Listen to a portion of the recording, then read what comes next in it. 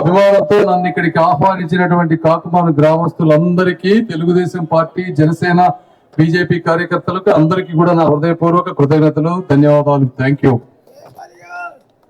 ఇప్పుడు జగన్మోహన్ రెడ్డి గారు చేసినటువంటి అరాచకాలన్నీ గాద వెంకటేశ్వరరావు గారు బాగా చక్కగా చెప్పారు.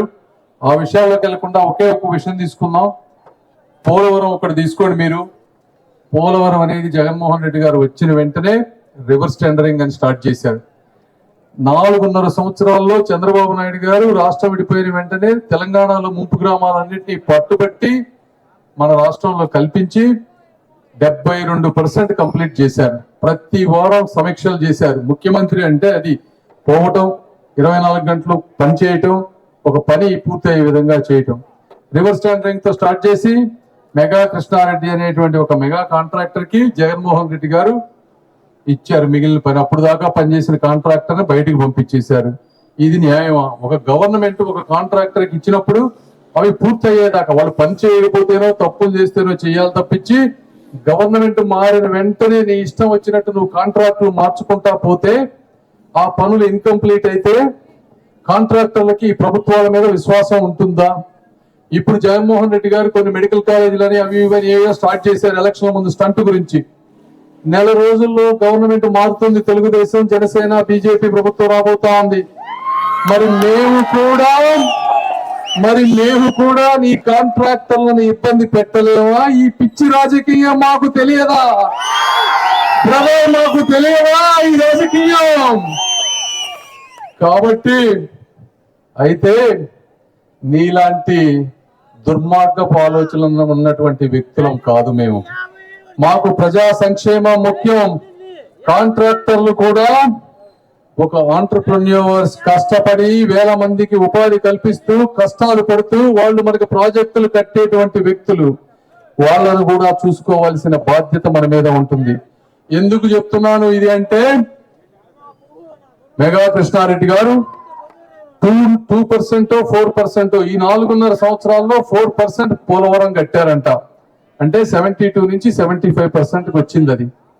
ఆయన ఇది మొత్తం వదిలిపారేసి ఉత్తరప్రదేశ్ లో పైపులు వేసుకుంటా ఉన్నారు, వేరే కాంట్రాక్టర్లు తీసుకొని, వేరే కాంట్రాక్ట్ జల్ జీవన్ మిషన్ లో తీసుకొని. అదే కాదు, ఈ రాష్ట్రంలో ఏ ప్రాజెక్ట్ ఇచ్చినా, ఒక రోడ్డు కాంట్రాక్ట్ ఇచ్చినా, ఏ ప్రాజెక్ట్ ఇచ్చినా అది కాంట్రాక్ట్ తీసుకునే నాదుడే ఈ రోజు లేడు. ఇది వాస్తవం. ఎందుకంటే రాజధానిలో 70 బిల్డింగులు, 150 అపార్ట్మెంట్, 10,000 ఇళ్లు చంద్రబాబు నాయుడు గారు కంప్లీట్ చేస్తే, అంటే 80% అయిపోయినాయి బ్రదర్. అవన్నీ 80% అయిపోయిన వాటికి బిల్లులు ఆపి వాళ్ళందరూ 100 కోట్ల రూపాయలు నష్టపోయి ఆత్మహత్యలు చేసుకునేటువంటి పరిస్థితి. ఆ కాంట్రాక్టర్లు ఎవరు ఇక్కడ దిక్కులు చూడటం లేదు. మళ్ళీ జగన్మోహన్ రెడ్డి గారు వస్తే కూడా మీకు ఇదే పరిస్థితి. ఏ కాంట్రాక్టర్ కూడా పని చెయ్యడు. మరి ఇక్కడ ఉన్నటువంటి సమస్యలు తీసుకుంటే మీరు అప్పాపురం ఛానల్ పూడిక తీయకపోవడం వల్ల ఎంత ఇబ్బంది అవుతుందో మీ అందరికీ నాకంటే కూడా ఎక్కువ తెలుసు. ఇదంతా చిన్న విషయం. మే నెలలో పూడిక తీస్తే జూన్ జూలైలో మీకంతా నీళ్లు వస్తాయి, సమ్మర్ లో ఇబ్బంది ఉండదు, పంటలు పండుతాయి. మరి దాని గురించి పట్టించుకోరు. ఎందుకు పట్టించుకోరు అంటే అది వ్యక్తిగత ప్రయోజనం కాదు, దానికి డబ్బు ఖర్చు పెట్టాలి. ఆ డబ్బు ఖర్చు పెడితే ఆయనకి ఓట్లు రావు. ఆయనకి ఓట్లు రావాలంటే 3,000, 2,000, 4,000 ఎవరో ఒకళ్ళ పేరు మీద ఒక పథకం పేరు పెట్టి జగనన్న ఇస్తున్నాడు, జగనన్న ఇస్తున్నాడు, జగనన్న ఇస్తున్నాడు అని చెప్తే ఓట్లు వేస్తారు. మిగిలిన రైతులందరూ ఏం చేయాలో మరి నాకు అర్థం కావట్లేదు. ఇలా తెలుగుదేశం పార్టీ కూడా ఓట్ల రాజకీయమే ఆలోచిస్తే మీకు రోడ్లు ఉండవు. ఎందుకంటే రోడ్లు కూడా వ్యక్తిగత ప్రయోజనాలు కాదు. అందుకే రోడ్లు కూడా ఈ రోజు అయినటువంటి పరిస్థితి. వాటర్ ఇదే, కెనాల్స్ ఎక్కడికక్కడ పూడిపోతాయి. రేపు కరెంటు కూడా అదే పరిస్థితి, నీళ్లు ఉండవు. సో ఇలాంటి దుర్మార్గపు రాజకీయం చరిత్రలో ఎవ్వరూ చేయలేదు. ఏ రాష్ట్రంలో కూడా ఏ ముఖ్యమంత్రి కూడా చేయలేదు ఇది. ఎందుకంటే సమాజంలో ఉన్న అన్ని వర్గాల ప్రజలని సమభావంతో, సమతుల్యంతో ముందుకు తీసుకువెళ్ళటమే ఒక రాజనీతిజ్ఞుడు, నిఖార్సైన ముఖ్యమంత్రి లక్షణం. అది చంద్రబాబు నాయుడు గారు. ఇది వాస్తవం కాదా అని అడుగుతా ఉన్నా. పట్టిసీమ ఎవరు కట్టారు? ఈ రోజు పట్టిసీమ కట్టకపోయి ఉంటే డెల్టా ప్రాంతంలో ఎంత ఇబ్బంది ఉండేదో మీరు అర్థం చేసుకోండి. పోలవరం అవ్వటం లేట్ అవుతుందని చెప్పి పట్టిసీమ కట్టారు కాబట్టి 6-7 ఏళ్ల నుంచి ఈ రోజు నీళ్లు వస్తా ఉన్నాయి. సో ఇలాంటివి ముందు ముందు చేయాలి అంటే మాలాంటి వాళ్ళు, తెలుగుదేశం పార్టీ, నాలా ముఖ్యంగా రామాంజనేయులు గారు వారు చెప్పినట్టు పరిపాలన మీద అవగాహన ఉన్నటువంటి వ్యక్తి, అందరినీ కలుపుకొని పని చేయాల్సినటువంటి వ్యక్తి. ఆయనకి తెలుసు ఎమ్మెల్యే వస్తే అధికారి ఎలా ప్రవర్తిస్తాడో ఆల్రెడీ చూసిన వ్యక్తి, అవతల సైడ్ ఉన్నటువంటి వ్యక్తి.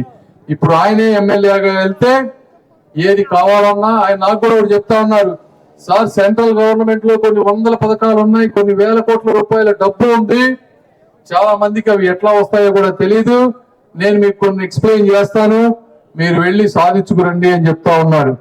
అంటే దీనికి ఎందుకు చెప్తున్నాను అంటే ఒక టీం లాగా వర్క్ చేస్తే ఇద్దరం, నాకు కష్టపడే తత్వం, నేను కూడా మీ అందరికీ తెలుసు, కష్టాలు కన్నీళ్లనే నమ్ముకొని అంచెలంచెలుగా ఎదిగి ప్రపంచంలో తెలుగువాడి కీర్తిని ఎంతో కొంత ఇనిమడింపజేసిన వ్యక్తుల్లో నేను ఒకడిని కొత్త గొప్ప.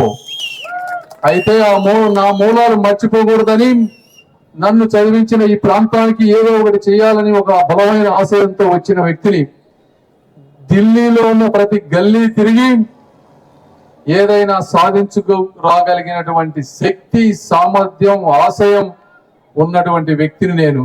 కాబట్టి మా ఇద్దరి కాంబినేషన్ లో మీరు ఎప్పుడు చూడనటువంటి అభివృద్ధి మేము చేసి చూపిస్తామని మీ అందరికీ మనస్ఫూర్తిగా తెలియజేసుకుంటూ, మీ అభిమానానికి మనస్ఫూర్తి కృతజ్ఞతలు తెలుపుకుంటూ సెలవు తీసుకుంటున్నాను. Thank you. ముందుకు పోయి మాట్లాడదాం. ఇంకొకటి విషయం బ్రదర్, ఇంకొకటి మర్చిపోయా నేను మాట్లాడటం. ఈ ప్రాంతానికి చెరువు కావాలంటూ ఉన్నారు. నేను ఒకటే చెప్తా ఉన్నా, ఈ ప్రాంతం చుట్టుపక్కల దుర్మార్గపు మంత్రులు, ఎమ్మెల్యేలు 3 పంటలు పండే భూములంతా గ్రావెల్ దోగిపోయారు. ఆ దరిద్రం మీద కనీసం ఊరు పక్కన దొరికితే ఊరికి చెరువన్నా వచ్చేది కదా కనీసం. ఆ మాత్రం కూడా ఇంకిత జ్ఞానం లేనటువంటి మంత్రులు, ఎమ్మెల్యేలు ఈ రోజు ఉన్నారు. ఏదేమైనప్పటికీ ఈసారి మేము తవ్వితే కరెక్ట్ గా తవ్వి మీకు నీళ్లు ఇస్తామని తెలియజేసుకుంటూ సెలవు తీసుకుంటున్నాను. Thank you. TDP, BJP, Janasena మిత్రపక్షాల కూటమి తరపున గుంటూరు పార్లమెంట్ సీటుకు పోటీ చేస్తున్న పెమ్మసాని చంద్రశేఖర్ గారికే ఓటు వేద్దాం. మన గుంటూరుని గెలిపించుకుందాం.